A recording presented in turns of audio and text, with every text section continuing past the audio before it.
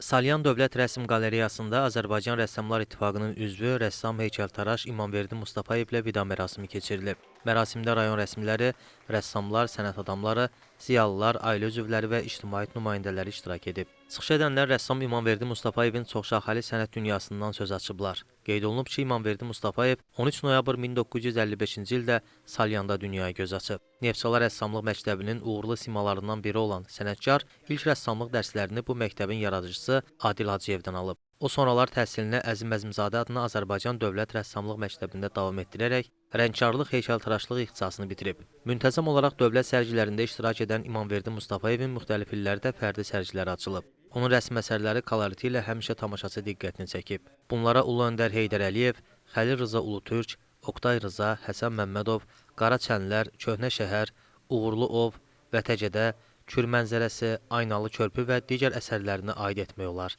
İmamverdi Mustafayev həm də heykəltaraş kimi akademik Atamın büstü, milli qəhrəman Nazim Babayev, şəhid Ziyad Əhmədov və digər abidə və büstlərin müəllifidir. Vida mərasimindən sonra mərhumun cənazəsi alqışlarla son mənzilə yola salınıb. O, Salyan şəhər qəbirstanlığında dəfn olunub. Qeyd edək ki, rəssam heykəltaraş İmamverdi Mustafayev 22 may 2026-cı il tarixində 71 yaşında dünyasını dəyişib. İmam müəllim güləriz, səmimi bir insan olub. Rayonumuzun ictimai həyatında yaxından iştirak edən bir insan olubdur. Peşəkar bir rəssam kimi çox yaxından rayonumuzun içində fəaliyyət göstəribdir. Onun yaxşı yetirmələri var, adlı sanlı yetirmələri var, hansı həm ölkəmizdə, həm xarici ölkələrdə hazırda fəaliyyət göstərirlər. İmam müəllim Allah rəhmət eləsin, onun yaxınlarına dərin üzrlə başsağlığı verirəm. Çox pis bir xəbərlə rayona qayıtmalı oldum.